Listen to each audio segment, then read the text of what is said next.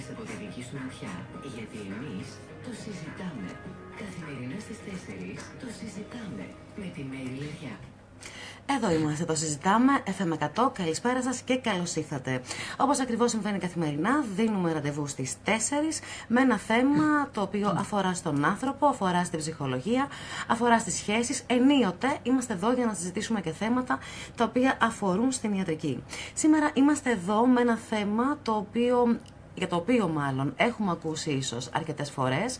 Κάποιοι γνωρίζουμε, αναγνωρίζουμε, κάποιοι ίσως έχουμε παραπληροφόρηση. Το σίγουρο είναι ότι πρόκειται για ένα θέμα το οποίο αφορά στην ψυχολογία, αλλά αφορά και στην ιατρική. Σήμερα θα συζητήσουμε με θέμα την διπολική διαταραχή. Ποια είναι τα αίτια τα οποία προκαλούν τη συγκεκριμένη ασθένεια, ποια είναι τα συμπτώματα, πώς μπορούμε να καταλάβουμε όταν κάποιος νοσεί από διπολική διαταραχή, πού οφείλεται, υπάρχει κληρονομικότητα, τι ακριβώς συμβαίνει όσον αφορά την μανιοκατάθλιψη, κατά πόσο διαφοροποιείται ή πρόκειται για το ίδιο ακριβώς σε σχέση με τη διπολική διαταραχή, πώς αντιμετωπίζεται. Για όλα αυτά, αλλά και για ακόμη περισσότερα, θα συζητήσουμε με τον καλεσμένο μας. Να καλωσορίσουμε τον κύριο Κωνσταντίνο Φουντουλάκη, ψυχίατρο, αναπληρωτή καθηγητή ψυχιατρικής του Απιθύτα. Καλησπέρα σας, καλώς ήρθατε. Καλησπέρα σας, καλησπέρα και στους ακροατές σας. Ευχαριστώ για την πρόσκληση. Και εμείς που την αποδεχτήκατε. Να ξεκινήσουμε λίγο από τον όρο διπολική διαταραχή. Ο πιο πολλής κόσμος ίσως δεν γνωρίζει ακριβώς περί τίνος πρόκειται. Πώς μεταφράζεται αυτό ιατρικά, στην ψυχιατρική διπολική διαταραχή? Καταρχήν να πούμε ότι ο παλιός κλασικός όρος είναι μανιοκατάθλιψη. Είναι η αρχαία ονομασία η οποία επιβίωσε μέχρι περίπου και τη δεκαετία του 70 και δίνει ακριβώς τον ορισμό της κατάστασης αυτής. Δηλαδή είναι η εναλλαγή επεισοδίων μανίας και επεισόδιο μανίας σημαίνει ότι για μια περίοδο εβδομάδων ή και μηνών ακόμα ο ασθενής νιώθει ένα πολύ ανεβασμένο, χαρούμενο ή και οργήλο μερικές φορές συναίσθημα, έχει την τάση να ξοδεύει, να αναλαμβάνει πάρα πολλές δραστηριότητες, να έχει μια υπερκινητικότητα, να παίρνει ρίσκα, σε σημείο που να θέτει σε κίνδυνο την υγεία του, τη ζωή του και προφανώς και την περιουσία του. Και αυτά τα μανιακά επεισόδια εναλλάσσονται με άλλα επεισόδια καταθλιπτικά, όπου υπάρχει μια αντίστροφη συναισθηματική κατάσταση μελαγχολίας, με απόσυρση, κοινωνική απόσυρση, ανιδονία και καμιά φορά αυτοκτονικότητα. Βέβαια να πούμε ότι αυτές οι δύο καταστάσεις, αυτά τα δύο επεισόδια δεν είναι αντιδιαμετρικά διαφορετικά, δεν είναι κατοπτρικά είδωλα όπως περιγράφονται μερικές φορές, διότι υπάρχουν πολλά κοινά χαρακτηριστικά και στις δύο αυτές περιπτώσεις. Δηλαδή, ευρεθιστότητα υπάρχει και στο μανιακό και στο καταθλιπτικό επεισόδιο.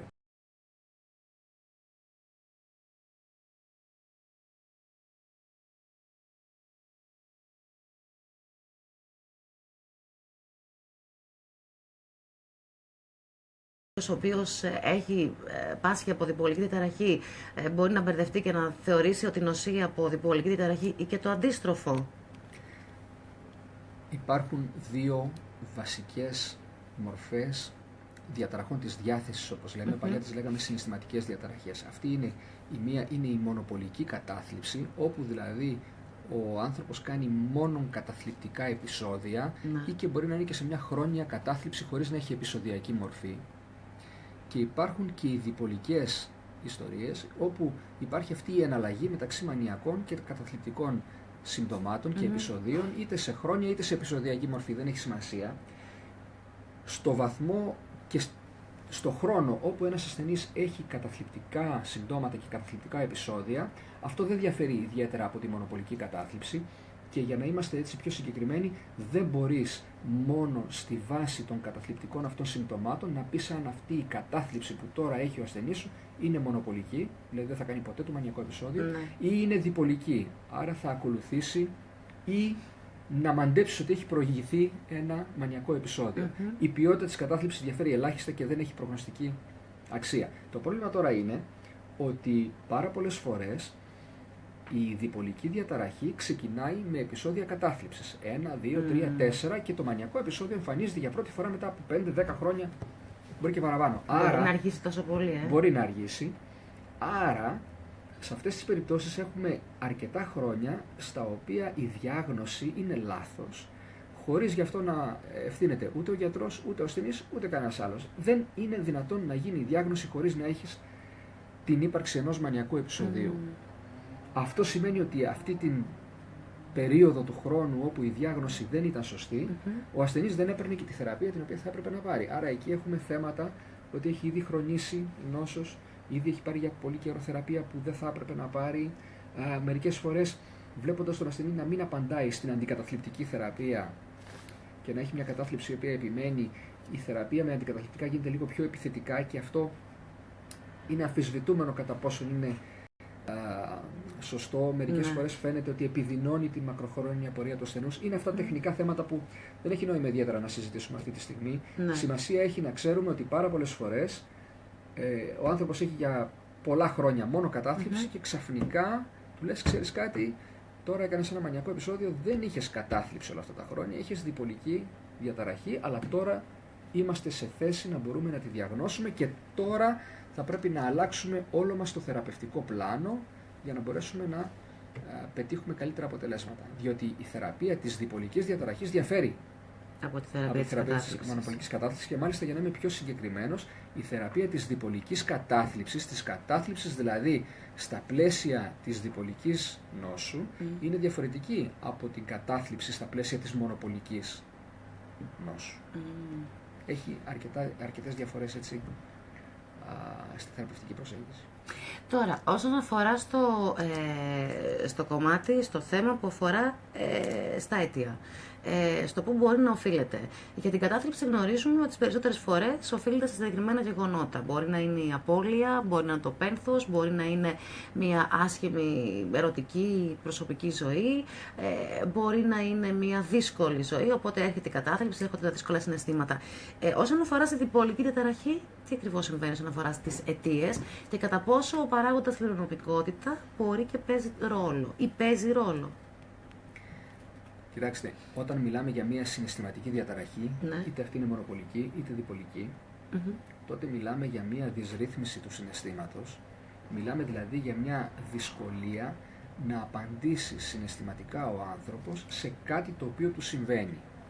Πάρα πολλές φορές το συναίσθημα αυτό πυροδοτείται και χωρίς να συμβαίνει κάτι. Για να σας δώσω ένα ανάλογο, να το παρομοιάσω με το ζαχαρόδι διαβήτη. Ο ασθενής έχει μια δυσκολία με την ινσουλίνη σε σχέση με τα επίπεδα του ζαχάρου, οπότε αν φάει κάτι γλυκό θα κάνει υπεργλυκαιμία. Είναι απάντηση ακριβώς, ανεπαρκής απάντηση σε ένα εξωτερικό ερέθισμα. Το ίδιο ακριβώς συμβαίνει και με τις συναισθηματικές διαταραχές και με την διπολική διαταραχή. Εάν συμβεί κάτι στη ζωή του ασθενούς, τότε μπορεί να πυροδοτηθεί ένα συναισθηματικό επεισόδιο, είτε καταθλιπτικό είτε μανιακό, για το οποίο τώρα το εάν είναι αίτιο, σκανδάλι που πυροδοτεί, αποτέλεσμα που ανακυκλώθηκε ή οτιδήποτε άλλο, είναι μια πολύ μεγάλη ιστορία. Μιλάω για το εξωτερικό γεγονός. Είναι μια πολύ μεγάλη ιστορία τι ακριβώς είναι. Δεν θα έλεγα ότι είναι αίτιο, ότι προκαλεί την νόσο. Όμως όταν η νόσος έχει φτάσει στο σημείο σχεδόν να εκδηλωθεί, είναι δηλαδή όλο το συναισθηματικό σύστημα ευαίσθητο, τότε το παραμικρό ή και ένα σοβαρό γεγονός εξωτερικό πυροδοτεί αυτή την έκρηξη, είτε προς τα πάνω είτε προς τα κάτω. Ακριβώς όπως συμβαίνει στο ζαχαρόδι διαβήτη. Αν έχεις ένα προκλινικό ζαχαρόδι διαβήτη, το να φας κάτι γλυκό σου πυροδοτεί το σύμπτωμα. Άρα τα γεγονότα ζωής δεν προκαλούν διπολική διαταραχή, μπορούν βέβαια να επιδεινώσουν την θεραπευτική της απάντηση και τη μακροχρόνια πορεία της και εξέλιξη. Διότι είναι λογικό ότι όταν το περιβάλλον δεν είναι υποστηρικτικό, συνεχώς φορτώνει τον ασθενή, συνεχώς τον πιέζει, αυτό λογικό είναι να έχει αρνητικές συνέπειες. Τώρα με ρωτήσατε και τι γίνεται με την κληρονομικότητα. Ναι, γιατί αυτό σαν θεωρία θα μπορούσε να αισθανθεί. Δηλαδή ότι κάποιοι να θεωρούν ότι αν η μαμά, ας πούμε, ή η μητέρα αντιμετώπιζε πρόβλημα μανιοκατάθλιψης, διπολικής διαταραχής και ούτω καθεξής, κάποιες, εν πάση περιπτώσει, ψυχικής ασθένειας, αυτό ίσχυε κατά ένα μεγάλο ποσοστό, πιστεύαν κάτι τέτοιο και τις προηγούμενες δεκαετίες, τις παλιότερες δεκαετίες. Αυτό είναι κάτι το οποίο κληρονομείται και στο παιδί και στον απόγονο, στην κόρη, στο γιο και ούτω καθεξής. αν ξεκινήσουμε από το γενικό νούμερο που αφορά τη συχνότητα εμφάνισης των ψυχικών διαταραχών στο γενικό πληθυσμό και αν τις βάλουμε όλες μαζί, ας πούμε, ξεκινώντας από σχιζοφρένεια περίπου 1%, μανιοκατάθλιψη 1 έως 3%, μπορεί και λίγο παραπάνω, μονοπολική κατάθλιψη 3 έως 5%, άνοια 2%, άγχος 3, 5, 6%, πανικός κλπ. Δηλαδή φτάνουμε σε ένα νούμερο της τάξης του 15 με 20% του γενικού πληθυσμού, του πληθυσμού που συναντάμε στο δρόμο, στην καθημερινότητά μας, 1 στους 5 μπορεί να έχει κάτι από αυτά. Αυτό σημαίνει ότι και κάθε οικογένεια έχει ένα άτομο, κατά μέσο όρο, το οποίο θα παρουσιάζει κάποιο είδους ψυχολογικό πρόβλημα. Υπάρχουν οικογένειες στις οποίες εμφανίζονται 2, 3 ή περισσότερα άτομα. Αυτές οι οικογένειες ενδεχομένως να έχουν μια κληρονομική επιβάρυνση, η οποία επί του παρόντος δεν έχει εξακριβωθεί ακριβώς τι γίνεται. Θα έλεγα όμως ότι η περισσότερη συντριπτική πλειοψηφία των περιπτώσεων, και αυτό αφορά και τη μανιοκατάθλιψη και τη διπολική διαταραχή δηλαδή, η συντριπτική πλειοψηφία των περιπτώσεων ψυχικής νόσου είναι αυτό που λέμε σποραδικές. Δηλαδή εμφανίζεται ένα άτομο στην οικογένεια να έχει κάτι. Ναι. Τώρα αυτό κληρονομείται, θα έλεγα η απάντηση είναι στατιστική. Οι απόγονοι έχουν μια αυξημένη πιθανότητα. Πόσο αυξημένη πιθανότητα? Εάν έχει ένας από τους δύο γονείς, τότε η πιθανότητα ενός στο γενικό πληθυσμό είναι 1%, με ένα από τους γονείς πηγαίνει στο 10%. Είναι δεκαπλάσιο μεν, πλην όμως πάλι τα περισσότερα παιδιά δεν θα έχουν. 9 στα 10 από τα παιδιά δεν θα έχουν κάτι. Εάν είναι και οι δύο γονείς, αυξάνεται λίγο παραπάνω. Γενικά δεν μπορείς να προβλέψεις, το σημαντικό είναι ότι δεν μπορείς να προβλέψεις ότι το συγκεκριμένο παιδί που τώρα κυοφορείται, δεν έχεις καμία δυνατότητα να προβλέψεις με οποιοδήποτε τεστ ότι μπορεί να πάσχει. Και η πλειοψηφία δεν θα πάσχει. Ακόμα και σε μονογενείς διδύμους δηλαδή οι οποίοι έχουν 100% ίδιο γενετικό υλικό, γιατί προέρχονται από το ίδιο γονιμοποιημένο οάριο, που μοιάζουν σαν δύο σταγόνες νερό, εάν πάσχει ο ένας, η πιθανότητα να πάσχει και ο άλλος είναι 50-50. Άρα η απάντηση στην ερώτηση είναι γενετική νόσος, θα έλεγε κάποιος ναι, είναι γενετική νόσος. Είναι κληρονομική, κληρονομήσιμη, δεν είναι σαφές. Είναι υποσυνθήκες και τις περισσότερες φορές δεν είναι κληρονομική. Οπότε λοιπόν είναι απλά μύθος, έτσι, όλο αυτό που σου ακούγεται και ίσως είναι για παραπληροφόρηση. Είναι μύθος με κάποιες δόσεις αλήθειας. Δεν είναι, θα έλεγα, είναι αλήθεια ή μύθος. Αυτό είναι μια κατά κάποιο τρόπο πολλωμένη προσέγγιση. Υπάρχει ένα γενετικό υπόστρωμα. Όμως δεν μπορείς να πεις ότι θα κληρονομήσει το παιδί του ασθενούς την νόσο, ούτε επειδή η οικογένεια έχει 2 ή 3 μέλη θα κληρονομήσει και κάποιος άλλος, ούτε μπορείς να το προβλέψεις. Εν πάση περιπτώσει δεν είναι κάτι το οποίο μπορεί να διαγνωστεί ούτε κατά τη διάρκεια της κύσεως, ούτε εφόσον το παιδί γεννηθεί. Ούτε που θα εκδηλωθούν τα συμπτώματα δεν μπορείς να έχεις κανένα διάγνωση.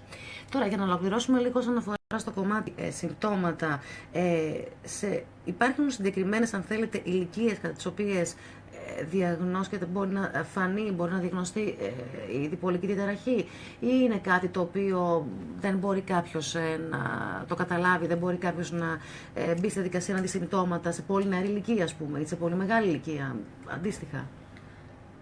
Η διάγνωση της διπολικής διαταραχής γίνεται με την διάγνωση, με την πιστοποίηση της ύπαρξης ενός μανιακού επεισοδίου. Μάλιστα. Οπότε αυτό θέτει τη διάγνωση πέρα πάσης αμφιβολίας. Ακόμα και αν δεν έχεις καταθλιπτικό επεισόδιο, ξέρεις ότι αυτό θα έρθει αργότερα. Το να έχεις καταθλιπτικά επεισόδια δεν σημαίνει ότι θα έχεις δε και καλά μανιακό στο μέλλον. Άρα το καταθλιπτικό επεισόδιο δεν θέτει τη διάγνωση, η ύπαρξη μανιακού τη θέτει. Τώρα, μετά την ηλικία των 18, και το 18 είναι ένα συμβατικό όρο, μετά την ηλικία των 18 είναι πιο κλασικές, όπως λέμε, οι εικόνες, όπως περιγράφονται και στα βιβλία.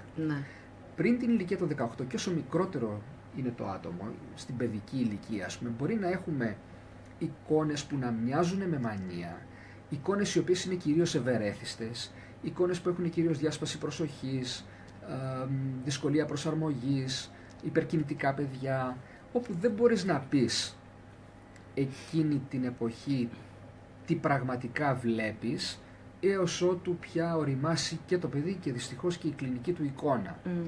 Πάντως φαίνεται ότι σε σπάνιες σχετικά περιπτώσεις αυτή η ιστορία ξεκινάει από μικρή ηλικία με εικόνες οι οποίες είναι πολύ δύσκολο να διαγνωστούν.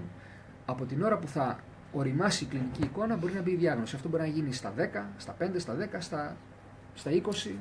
Ανάλογα. Υπάρχουν άνθρωποι οι οποίοι πάνε με κλινικές εικόνες που σου δίνουν μια αίσθηση διαταραχής προσωπικότητας, όπως λέμε. Δηλαδή δεν κάνουν μανιακό επεισόδιο, αλλά δεν είναι και η αναμενόμενη συμπεριφορά τους. Πάνε μέχρι μεγάλη ηλικία, πάνε μέχρι τα 30-40 και τότε εμφανίζουν ένα επεισόδιο και λες πιθανότατα όλη αυτή η ιστορία ήταν προάγγελος.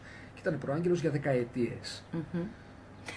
Πάντως γενικά μετά την ηλικία των 30-40 οι πιθανότητες να εμφανίσει κανείς επεισόδιο μανίας μειώνονται, χωρίς να εξαφανίζονται. Περιμένεις από τα 15 έως, θα έλεγα έτσι πολύ χαλαρά, τα 35-40. Νομίζω ότι το ξεκαθαρίσαμε, έτσι. Βέβαια οι απορίες είναι πάρα πολλές σε σχέση με την συγκεκριμένη ασθένεια, ίσως γιατί πρόκειται για μια ασθένεια για την οποία ακούμε, αλλά τις περισσότερες φορές δεν γνωρίζουμε ακριβώς και στο που οφείλεται και όσον αφορά στα συμπτώματα κυρίως. Έχουμε να πούμε ακόμη αρκετά σε σχέση με τη διπολική διαταραχή. Θα επιμείνουμε στο κομμάτι που αφορά στην αντιμετώπιση της, στη φαρμακευτική αγωγή, αλλά και πώς αντιμετωπίζεται η διπολική διαταραχή. Τηλέφωνο επικοινωνίας 2310 285 Εμείς πάμε για ένα σύντομο διαφημιστικό διάλειμμα, μουσική και είμαστε εδώ σήμερα Τρίτη 28 Μαρτίου. Για όσους φίλους ακροατές μόλις τώρα έχουν συντονιστεί στην παρέα μας, το συζητώντας σήμερα για την διπολική διαταραχή. Για τα αίτια, πού οφείλεται, ποια είναι τα συμπτώματα και πώς μπορούμε να διαχωρίσουμε σε σχέση με άλλες ίσως ψυχικές ασθένειες που μπορεί να συμπίπτουν τουλάχιστον στα συμπτώματα. Για όλα αυτά συζητάμε με τον καλεσμένο μας, ο κύριος Κωνσταντίνος Φουντουλάκης, ψυχίατρος, αναπληρωτής καθηγητής ψυχιατρικής του Απιθύτα. Να έρθουμε τώρα λίγο στο δεύτερο σκέλος της κουβέντας μας, ίσως σε αυτό που αφορά κυρίως όσους πάσχουν, όσους νοσούν, ασθενείς από διπολική διαταραχή και πολλές φορές αναρωτιούνται ή αυτοί ή και το συγγενικό τους περιβάλλον, διότι οι συγκεκριμένες ψυχικές ασθένειες επιβαρύνουν όχι μόνο τους ίδιους τους ασθενείς, τις περισσότερες φορές το οικογενειακό άμεσο και έμεσο περιβάλλον. Πώς αντιμετωπίζετε η διπολική διαταραχή, κύριε Φουντουλάκη? Εδώ πρέπει να κάνουμε κάτι αρκετά σαφές. Στην κουλτούρα μας γενικά υπάρχει μία αίσθηση ότι κάπου κάτι προκάλεσε ένα ψυχολογικό πρόβλημα. Άρα εάν το συζητήσουμε, το λύσουμε, συμφιλιωθούμε μαζί του, αυτό θα μπορούσε να επιλύσει και το πρόβλημα ψυχικής υγείας. Δυστυχώς αυτό δεν είναι το θέμα. Ούτε με την διπολική διαταραχή, ούτε με κάποιες άλλες ψυχικές διαταραχές. Είναι απαραίτητο, όταν μιλάμε για διπολική διαταραχή, είναι απαραίτητο να υπάρξει κάποια μορφή φαρμακοθεραπείας και μάλιστα η φαρμακοθεραπεία αυτή είναι πολύ ειδική και αρκετά περίπλοκη. Μπορούν να υπάρξουν και μορφές και παρεμβάσεις ψυχοθεραπευτικές, οι οποίες όμως έχουν αυστηρά και μόνον το χαρακτήρα της λεγόμενης ψυχοεκπαίδευσης, δηλαδή το να ενημερώσουν τον ασθενή, ο οποίος κατά βάση θα βρίσκεται σε φάση ύφεσης, δηλαδή θα είναι καλά, θα είναι ανάμεσα στα επεισόδια, δεν θα είναι σε θερμό επεισόδιο, να τον ενημερώσουν για το τι ακριβώς αντιμετωπίζει, ποιες είναι οι προοπτικές, ποια είναι η πορεία της νόσου, πώς μπορεί να την αντιμετωπίσει, πώς μπορεί να οργανώσει τη ζωή του. Επίσης υπάρχουν και κάποιες άλλες παρεμβάσεις γνωσιακής επαναδόμησης ή γνωσιακής συμπεριφορικής ψυχοθεραπείας, δεν είναι κατάλληλες ή αποτελεσματικές για την πλειοψηφία των ασθενών. Για κάποιους όμως θα μπορούσε να είναι, πάντα όμως, και αυτό το τονίζω, πάντα όμως συμπληρωματικά πάνω στην φαρμακοθεραπεία, η οποία είναι απολύτως απαραίτητη να υπάρχει. Τώρα, η φαρμακοθεραπεία, όπως είπα και στο πρώτο μέρος της εκπομπής, ας πούμε για την διπολική κατάθλιψη, δεν είναι ίδια με τη θεραπεία της μονοπολικής κατάθλιψης. Ναι. Δεν θα ήθελα να μπω σε λεπτομέρειες για τη φαρμακοθεραπεία. Όχι, απλώς να μείνουμε μόνο όσον αφορά στον τρόπο αντιμετώπισης. Πρέπει όμως οπωσδήποτε να υπάρχει αυτό το κομμάτι. Αυτό είναι η βάση πάνω στην οποία μπορεί να χτίσει κάποιος και οτιδήποτε άλλο. Αλλά ο έλεγχος των συμπτωμάτων, η ύφεση του επεισοδίου και η αποφυγή της επανεμφάνισης καινούργιου επεισοδίου περνάει μέσα από την σωστή κατάλληλη φαρμακευτική αγωγή, η οποία μπορεί να διαρκέσει για αρκετό χρόνο.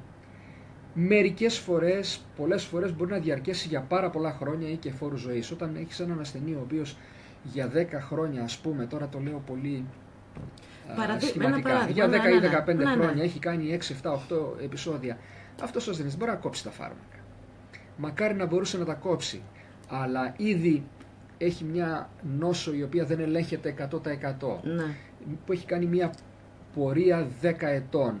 Δεν μπορεί να σταματήσει ξαφνικά να παίρνει θεραπεία χωρίς αυτό να επιδεινώσει την κατάσταση της υγείας του, χωρίς αυτό να φέρει όλο και περισσότερα επεισόδια, είτε προς τη μανία είτε προς την κατάθλιψη. Να σημειώσω εδώ ότι όσο προχωράει η νόσος, όσο εξελίσσεται και περνάνε τα χρόνια, τόσο εμφανίζει την τάση να χάνονται τα μανιακά επεισόδια και να εμφανίζονται όλο και περισσότερα καταθλιπτικά και μάλιστα σε μια χρόνια βάση.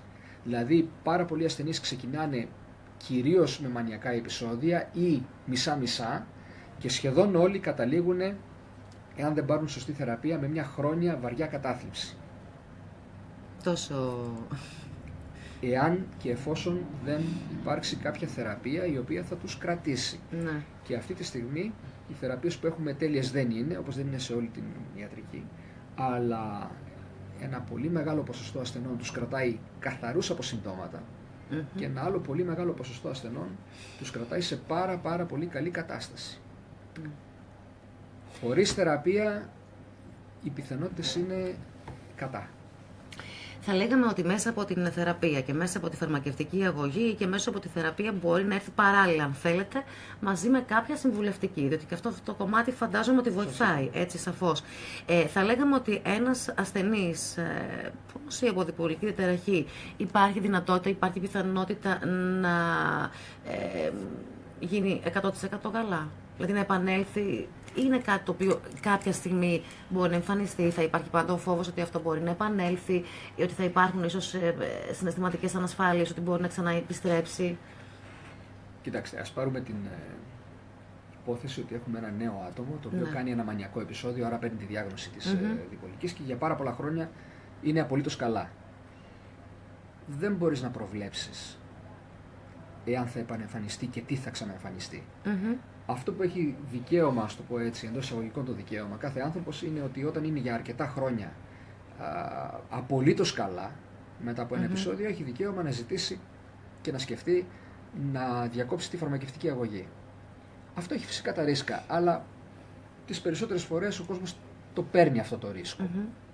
Δεν μπορώ να σας απαντήσω στην ερώτηση εάν και πόσοι από αυτούς έχουν θεραπευτεί πλήρως και δεν κάνουν καθόλου ξανά κανένα επεισόδιο. Θα έλεγα όμως ότι είναι μειοψηφία.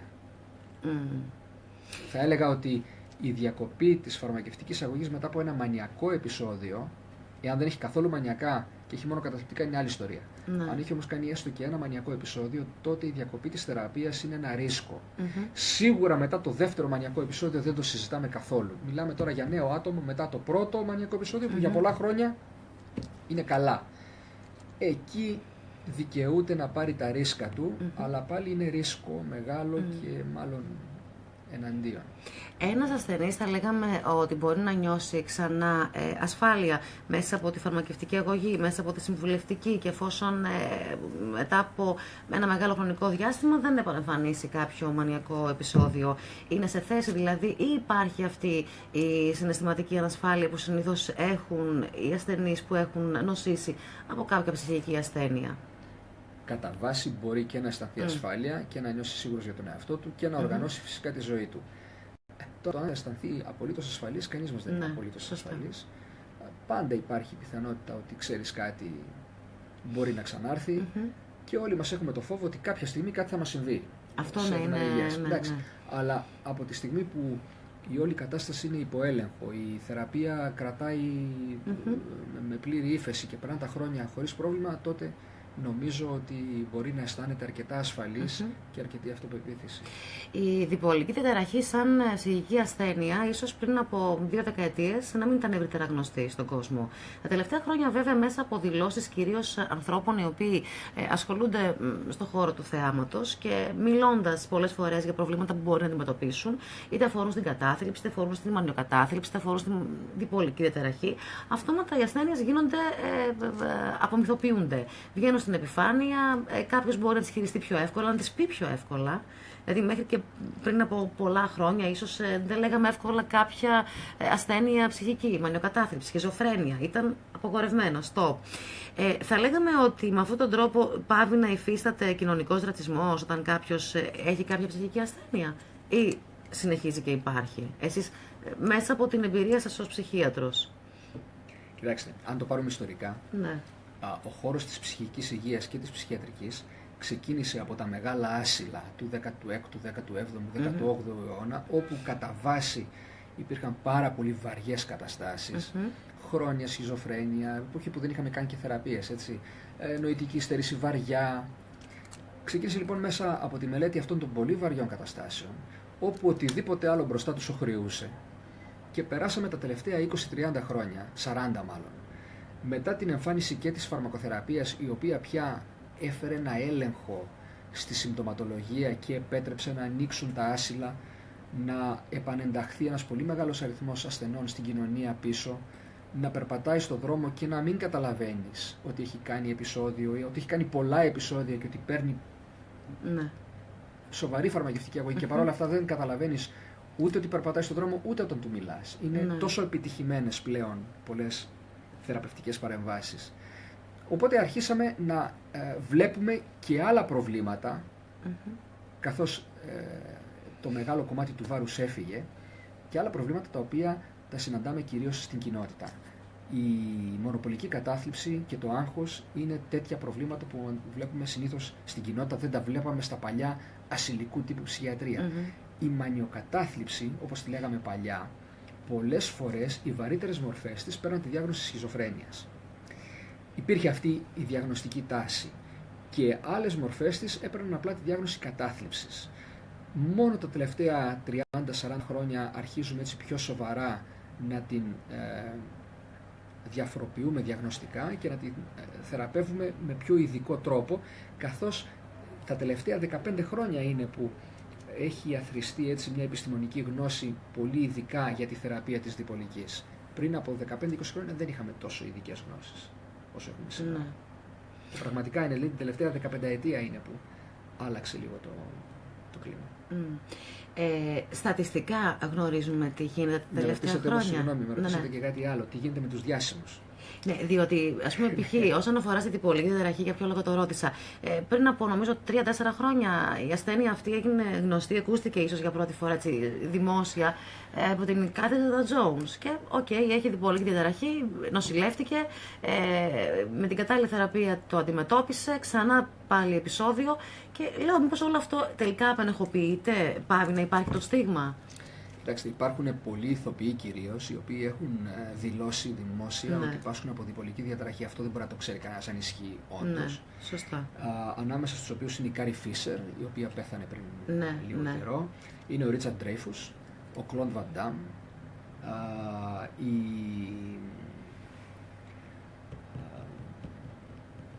Πάντως το έχουν δεχθεί επώνυμα, έτσι. Πολλοί κόσμος, εν πάση περιπτώσει. Ναι, αυτό είναι απομυθοποίηση μιας ασθένειας. Είναι και λίγο μόδα. Είναι και δηλαδή, λίγο μόδα. Δηλώνουν κάποια στιγμή όλοι ότι πάσχουν από δυσλεξία. Ναι. Ο Hemingway έπασχε από κάποια μορφή οργανικής διπολικής. Είχε πάρα πολλές κρανιοκεφαλικές κακώσεις από ατυχήματα και από το box. Αλλά φαίνεται ότι όλη η οικογένεια Hemingway είχε κάποια διπολικότητα. Είχε κάποιο θέμα, ναι. Λοιπόν, όλοι πάσχουν κατά καιρούς, όλοι μαζί από μαθησιακές διαταραχές, όλοι από δυσλεξία, όλοι από υπερκινητικότητα, όλοι από διπολική, όλοι το ένα, όλοι το άλλο. Ναι, δεν μπορείς να πεις πέρα από το ότι ανοίγει λίγο. Δεν είναι πια ταμπού η λέξη. Αυτό, ναι. Αυτό. Ναι, από την άλλη όμως γίνεται αυτό που λέμε trivial, δηλαδή παραφοριέται. Παραφοριέται και χάνεται η σημασία. Δηλαδή, σταματάει κάποιος να σκέφτεται ότι οι άνθρωποι οι οποίοι πάσχουν από κάτι, οτιδήποτε και αν είναι αυτό, έχουν κάποιες ειδικές ανάγκες. Μπορεί να έχουν και ειδικές ικανότητες, αλλά πάρα πολλές φορές έχουν ειδικές ανάγκες. Και οι ειδικές ανάγκες προκύπτουν εν πολλοίς και από το γεγονός ότι ο κόσμος μας, δείτε την πόλη μας, είναι φτιαγμένη για ανθρώπους που δεν έχουν ειδικές ανάγκες. Αν έχεις ειδικές ανάγκες, στα περισσότερα πεζοδρόμια δεν μπορείς να περπατήσεις. Στις περισσότερες όψεις της ζωής της πόλης δεν μπορείς να συμμετέχεις εύκολα. Άρα οι άνθρωποι αυτοί έχουν ειδικές ανάγκες και αυτό είναι το κρίσιμο. Δεν είμαι σίγουρος κατά πόσον αυτή η celebrity... Άλλος είναι και αλλού όμως, έτσι. Είναι και αλλού. Είναι άλλος πλανήτης ο πλανήτης Hollywood, ο πλανήτης γενικότερα στον χώρο της 7ης τέχνης. Εντάξει, αλλά κοιτάζουμε τώρα τον αντίκτυπο που έχει στο δικό μας μικρό κόσμο. Δεν είμαι απολύτως σίγουρος ότι προσφέρει αυτό το οποίο θα ήθελα να προσφέρει. Αντίθετα, υπάρχουν διάφορες πρωτοβουλίες οι οποίες ενδεχομένως προσφέρουν πάρα πολλά. Θα ήθελα να δω ένα καλύτερο σχεδιασμό. Υπάρχουν άνθρωποι, και αν μιλήσουμε για την πόλη μας, δηλαδή υπάρχουν άνθρωποι και στο Δήμο αυτή τη στιγμή και σε παλιότερες δημοτικές αρχές, οι οποίοι πραγματικά είχαν ανησυχία σε σχέση με αυτά και πραγματικά παρήγαγαν έργο.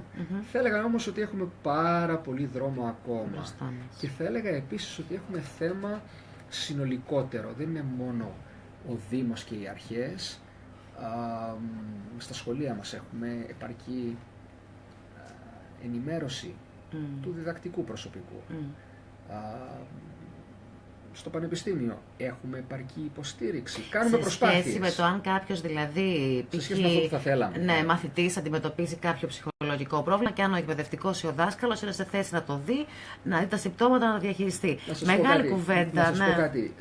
Στα περισσότερα δημόσια μας κτίρια δεν έχουμε δυνατότητα ένας ανάπηρος με καροτσάκι να ανέβει. Τώρα, αν συζητάμε, ίσως ακούγεται λίγο πολυτέλεια, αλλά δεν είναι πολυτέλεια, είναι ο βαθμός στον οποίο έχουμε μείνει κολλημένοι σε ένα οπισθοδρομικό παρελθόν και αυτό πρέπει να αλλάξει το ταχύτερο δυνατόν για όλους τους ανθρώπους με ειδικές ανάγκες. Για όλους τους ανθρώπους με ειδικές ανάγκες.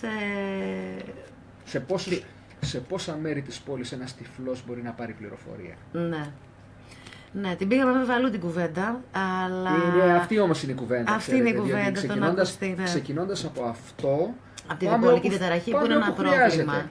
Πάμε όπου χρειάζεται. Δηλαδή, δεν θα ξεχάσω, σε κάποιο πεζοδρόμιο της Αγίου Δημητρίου, δεν ξέρω αν ακόμα υπάρχει, μπροστά στα πανεπιστήμια, η λωρίδα στο πεζοδρόμιο, οι πλάκες οι οποίες είναι για τους τυφλούς, βρίσκει εμπόδιο. Λες και το βάλανε επίτηδες για να σκοντάψει να πέσει. Δεν ξέρω αν ισχύει ακόμα, αλλά δεν το γνωρίζω το συγκεκριμένο, δεν το έχω δει δηλαδή. Οπότε θέλω να πω ότι ενώ υπάρχει καλή πρόθεση και καλός σχεδιασμός, πάρα πολλές φορές στην εκτέλεση έχουμε θέμα. Ναι, αυτό είναι ένα θέμα. Γενικώς έτσι όσον αφορά και στην αντιμετώπιση των ανθρώπων που έχουν ειδικές ανάγκες, που αντιμετωπίζουν κάποιο πρόβλημα υγείας και το ξεκινήσαμε βέβαια από τη διπολική διαταραχή, όπου είναι ένα πρόβλημα όσον αφορά στην ψυχική υγεία. Νομίζω ότι με τις πληροφορίες που δώσατε και με το πώς έτσι αναλύσαμε το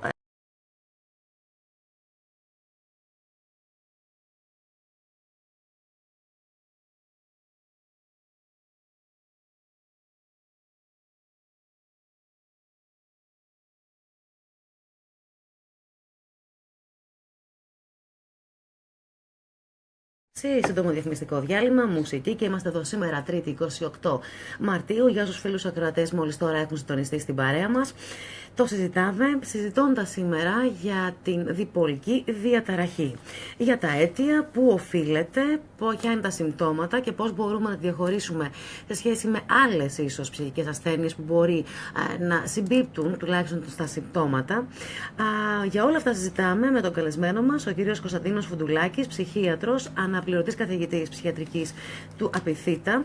Να έρθουμε τώρα λίγο στο δεύτερο σκέλος της κουβέντας μας, ίσως σε αυτό που αφορά κυρίως όσους πάσχουν, όσους νοσούν, ασθενείς από διπολική διαταραχή και πολλές φορές αναρωτιούνται ή αυτοί ή και το συγγενικό τους περιβάλλον, διότι οι συγκεκριμένες ψυχικές ασθένειες επιβαρύνουν όχι μόνο τους ίδιους τους ασθενείς, τις περισσότερες φορές το οικογενειακό άμεσο και έμεσο περιβάλλον. Πώς αντιμετωπίζετε η διπολική διαταραχή, κύριε Φουντουλάκη?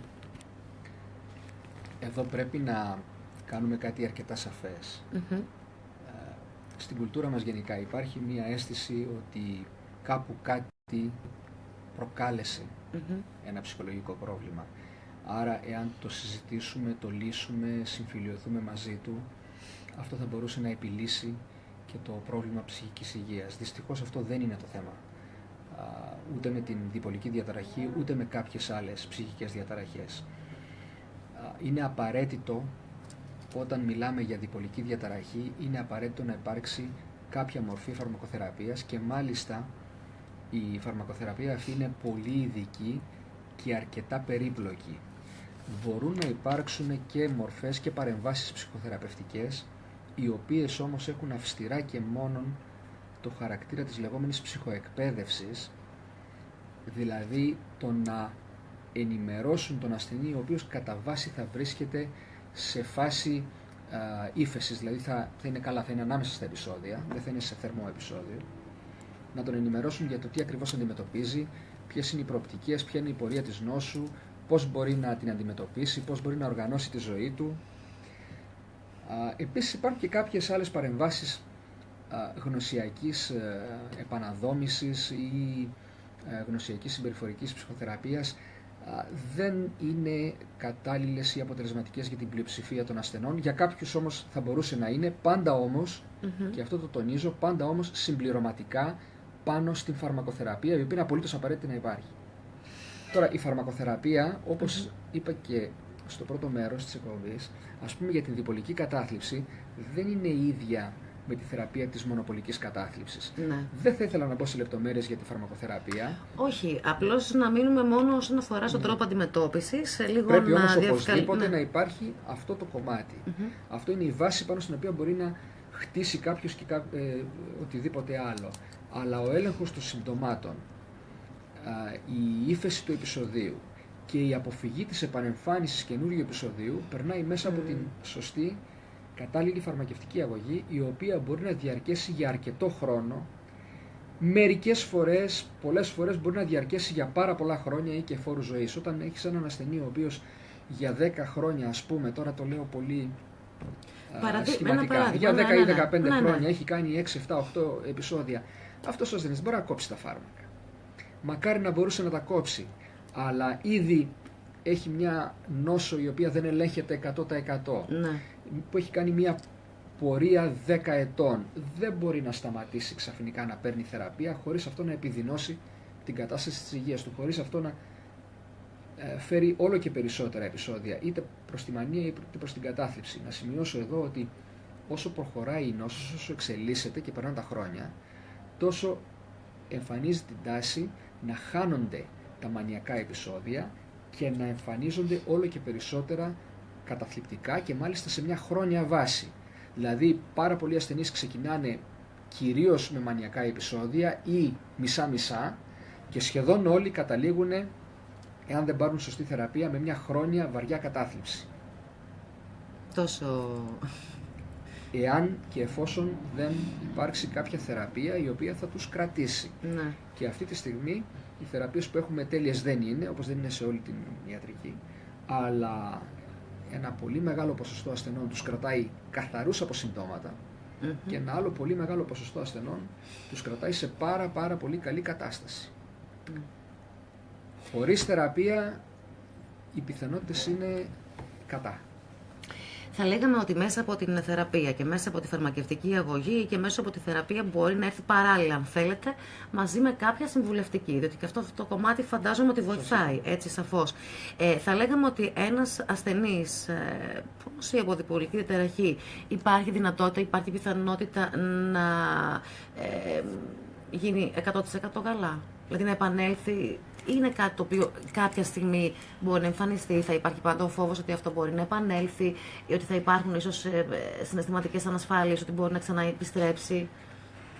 Κοιτάξτε, ας πάρουμε την υπόθεση ότι έχουμε ένα νέο άτομο το οποίο κάνει ένα μανιακό επεισόδιο, άρα παίρνει τη διάγνωση της διπολικής και για πάρα πολλά χρόνια είναι απολύτως καλά. Δεν μπορείς να προβλέψεις εάν θα επανεμφανιστεί και τι θα ξαναεμφανιστεί. Αυτό που έχει δικαίωμα, ας το πω έτσι, εντός εισαγωγικών το δικαίωμα, κάθε άνθρωπος είναι ότι όταν είναι για αρκετά χρόνια απολύτως καλά, μετά από ένα επεισόδιο, έχει δικαίωμα να ζητήσει και να σκεφτεί να διακόψει τη φαρμακευτική αγωγή. Αυτό έχει φυσικά τα ρίσκα, αλλά τις περισσότερες φορές ο κόσμος το παίρνει αυτό το ρίσκο. Δεν μπορώ να σας απαντήσω στην ερώτηση εάν και πόσοι από αυτούς έχουν θεραπευτεί πλήρως και δεν κάνουν καθόλου ξανά κανένα επεισόδιο. Θα έλεγα όμως ότι είναι μειοψηφία. Θα έλεγα ότι η διακοπή της φαρμακευτικής αγωγής μετά από ένα μανιακό επεισόδιο, εάν δεν έχει καθόλου μανιακά και έχει μόνο καταθλιπτικά, είναι άλλη ιστορία. Αν έχει όμως κάνει έστω και ένα μανιακό επεισόδιο, τότε η διακοπή της θεραπείας είναι ένα ρίσκο. Σίγουρα μετά το δεύτερο μανιακό επεισόδιο δεν το συζητάμε καθόλου. Μιλάμε τώρα για νέο άτομο μετά το πρώτο μανιακό επεισόδιο που για πολλά χρόνια είναι καλά. Εκεί δικαιούται να πάρει τα ρίσκα του, αλλά πάλι είναι ρίσκο μεγάλο και μάλλον εναντίον. Ένας ασθενής θα λέγαμε ότι μπορεί να νιώσει ξανά ασφάλεια μέσα από τη φαρμακευτική αγωγή, μέσα από τη συμβουλευτική και εφόσον μετά από ένα μεγάλο χρονικό διάστημα δεν επανεμφανίσει κάποιο μανιακό επεισόδιο. Είναι σε θέση δηλαδή ή υπάρχει αυτή η συναισθηματική ανασφάλεια που συνήθως έχουν οι ασθενείς που έχουν νοσήσει από κάποια ψυχική ασθένεια? Κατά βάση μπορεί και να αισθανθεί ασφάλεια και να νιώσει σίγουρος για τον εαυτό του και να οργανώσει φυσικά τη ζωή του. Τώρα, αν αισθανθεί απολύτως ασφαλής, κανείς μας δεν είναι απολύτως ασφαλής. Πάντα υπάρχει πιθανότητα ότι ξέρεις κάτι μπορεί να ξανάρθει και όλοι μας έχουμε το φόβο ότι κάποια στιγμή κάτι θα μας συμβεί. Αυτό ναι, είναι. Αλλά από τη στιγμή που η όλη κατάσταση είναι υποέλεγχο, η θεραπεία κρατάει με πλήρη ύφεση και περνάνε τα χρόνια χωρίς πρόβλημα, τότε νομίζω ότι μπορεί να αισθάνεται αρκετά ασφαλής και αρκετή αυτοπεποίθηση. Η διπολική διαταραχή σαν ψυχική ασθένεια, ίσως πριν από 2 δεκαετίες, να μην ήταν ευρύτερα γνωστή στον κόσμο. Τα τελευταία χρόνια, βέβαια, μέσα από δηλώσεις κυρίως ανθρώπων οι οποίοι ασχολούνται στον χώρο του θεάματος και μιλώντας πολλές φορές για προβλήματα που μπορεί να αντιμετωπίσουν, είτε αφορούν στην κατάθλιψη, είτε αφορούν στην μανιοκατάθλιψη, είτε αφορούν στην διπολική διαταραχή, αυτόματα οι ασθένειες γίνονται, απομυθοποιούνται. Βγαίνουν στην επιφάνεια, κάποιος μπορεί να τις χειριστεί πιο εύκολα, να τις πει πιο εύκολα. Δηλαδή μέχρι και πριν από πολλά χρόνια ίσως δεν λέγαμε εύκολα κάποια ασθένεια ψυχική, μανιοκατάθλιψη, σχιζοφρένεια. Ήταν απογορευμένο, stop. Θα λέγαμε ότι με αυτόν τον τρόπο πάβει να υφίσταται κοινωνικός ρατσισμός όταν κάποιος έχει κάποια ψυχική ασθένεια ή συνεχίζει και υπάρχει? Εσείς μέσα από την εμπειρία σας ως ψυχίατρος. Κοιτάξτε, αν το πάρουμε ιστορικά, ναι. Ο χώρος της ψυχικής υγείας και της ψυχιατρικής ξεκίνησε από τα μεγάλα άσυλα του 16ου, 17ου, 18ου αιώνα, όπου κατά βάση υπήρχαν πάρα πολύ βαριές καταστάσεις, χρόνια σχιζοφρένεια, εποχή που δεν είχαμε καν και θεραπείες, έτσι, νοητική υστερήση, βαριά. Ξεκίνησε λοιπόν μέσα από τη μελέτη αυτών των πολύ βαριών καταστάσεων, όπου οτιδήποτε άλλο μπροστά τους οχρεούσε. Και περάσαμε τα τελευταία 20-30 χρόνια, 40 μάλλον, μετά την εμφάνιση και της φαρμακοθεραπείας, η οποία πια έφερε ένα έλεγχο στη συμπτωματολογία και επέτρεψε να ανοίξουν τα άσυλα, να επανενταχθεί ένας πολύ μεγάλος αριθμός ασθενών στην κοινωνία πίσω, να περπατάει στον δρόμο και να μην καταλαβαίνεις ότι έχει κάνει επεισόδιο ή ότι έχει κάνει πολλά επεισόδια και ότι παίρνει σοβαρή φαρμακευτική αγωγή και παρόλα αυτά δεν καταλαβαίνεις ούτε ότι περπατάει στον δρόμο ούτε όταν του μιλάς. Είναι τόσο επιτυχημένες πλέον πολλές θεραπευτικές παρεμβάσεις. Οπότε αρχίσαμε να βλέπουμε και άλλα προβλήματα, καθώς το μεγάλο κομμάτι του βάρους έφυγε, και άλλα προβλήματα τα οποία τα συναντάμε κυρίως στην κοινότητα. Η μονοπολική κατάθλιψη και το άγχος είναι τέτοια προβλήματα που βλέπουμε συνήθως στην κοινότητα, δεν τα βλέπαμε στα παλιά ασυλικού τύπου ψυχιατρία. Η μανιοκατάθλιψη, όπως τη λέγαμε παλιά, πολλές φορές οι βαρύτερες μορφές της παίρναν τη διάγνωση σχιζοφρένειας. Υπήρχε αυτή η διαγνωστική τάση και άλλες μορφές της έπαιρναν απλά τη διάγνωση κατάθλιψης.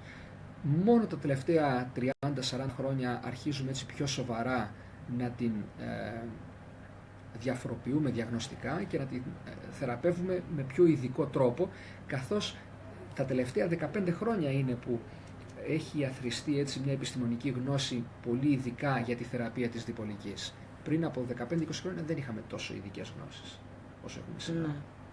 Πραγματικά είναι, την τελευταία 15 ετία είναι που άλλαξε λίγο το κλίμα. Στατιστικά γνωρίζουμε τι γίνεται τα τελευταία χρόνια. Συγγνώμη, με ρωτήσατε Ναι. και κάτι άλλο. Τι γίνεται με τους διάσημους. Ναι, διότι, ας πούμε, π.χ. όσον αφορά στη διπολική διαταραχή, για ποιο λόγο το ρώτησα, πριν από νομίζω 3-4 χρόνια η ασθένεια αυτή έγινε γνωστή, ακούστηκε ίσως για πρώτη φορά έτσι, δημόσια από την Κάθεδρα Jones. Και, έχει διπολική διαταραχή, νοσηλεύτηκε, με την κατάλληλη θεραπεία το αντιμετώπισε, ξανά πάλι επεισόδιο. Και λέω, μήπως όλο αυτό τελικά απενεχοποιείται, πάβει να υπάρχει το στίγμα. Κοιτάξτε, υπάρχουν πολλοί ηθοποιοί κυρίως, οι οποίοι έχουν δηλώσει δημόσια Ναι. ότι πάσχουν από διπολική διαταραχή. Αυτό δεν μπορεί να το ξέρει κανένας αν ισχύει όντως. Ναι, σωστά. Ανάμεσα στους οποίους είναι η Κάρι Φίσερ, η οποία πέθανε πριν λίγο ναι. καιρό. Είναι ο Ρίτσαρντ Ντρέιφους, ο Κλοντ Βαντάμ,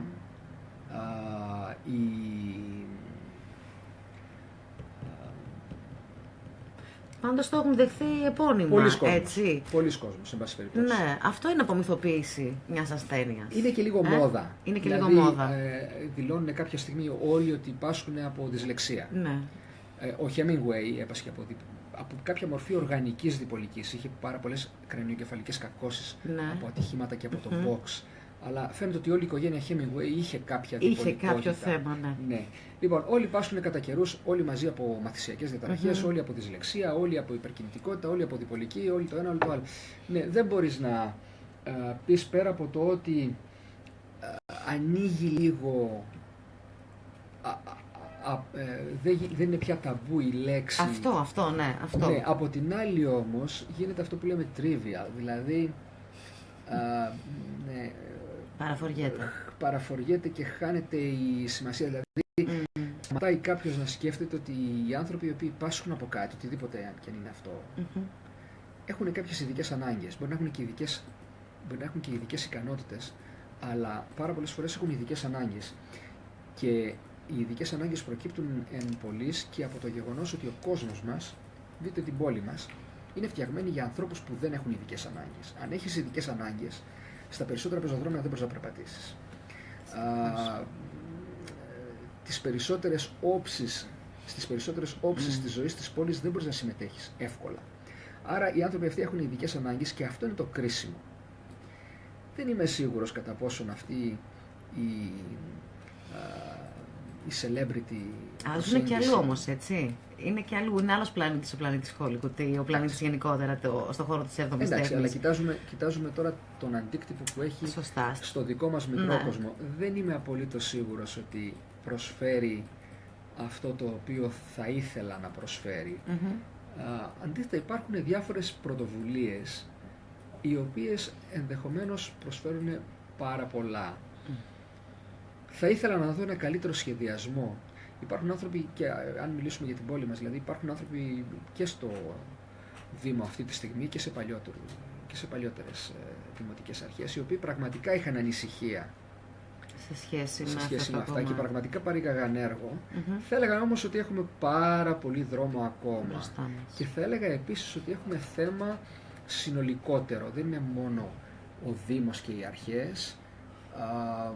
Στα σχολεία μας έχουμε επαρκή ενημέρωση του διδακτικού προσωπικού. Στο πανεπιστήμιο έχουμε επαρκή υποστήριξη. Κάνουμε προσπάθειες. Σε σχέση με το αν κάποιος δηλαδή σε σχέση με αυτό που θα θέλαμε. Ναι, μαθητής αντιμετωπίζει κάποιο ψυχολογικό πρόβλημα και αν ο εκπαιδευτικός ή ο δάσκαλος είναι σε θέση να το δει, να δει τα συμπτώματα, να τα διαχειριστεί. Μεγάλη κουβέντα. Να σας πω κάτι. Στα περισσότερα δημόσια μας κτίρια δεν έχουμε δυνατότητα ένας ανάπηρος με καροτσάκι να ανέβει. Τώρα, αν συζητάμε, ίσως ακούγεται λίγο πολυτέλεια, αλλά δεν είναι πολυτέλεια, είναι ο βαθμός στον οποίο έχουμε μείνει κολλημένοι σε ένα οπισθοδρομικό παρελθόν και αυτό πρέπει να αλλάξει το ταχύτερο δυνατόν για όλους τους ανθρώπους με ειδικές ανάγκες. Για όλους τους ανθρώπους με ειδικές ανάγκες. Σε πόσα μέρη της πόλης ένας τυφλός μπορεί να πάρει πληροφορία. Ναι. Ναι, την πήγαμε βέβαια αλλού την κουβέντα, αλλά... Αυτή όμως είναι η κουβέντα. Αυτή είναι η κουβέντα, τον ακουστή, ναι. Ξεκινώντας από αυτό...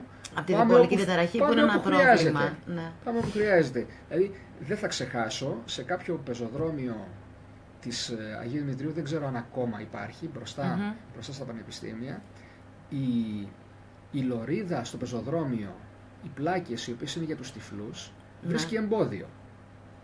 Λες και το βάλανε επίτηδες για να σκοντάψει να πέσει. Ναι. Δεν ξέρω αν ισχύει ακόμα, αλλά... Δεν το γνωρίζω το συγκεκριμένο, δεν το έχω δει δηλαδή, οπότε θέλω να πω ότι ενώ υπάρχει καλή πρόθεση και καλός σχεδιασμός, πάρα πολλές φορές στην εκτέλεση έχουμε θέμα. Ναι, αυτό είναι ένα θέμα.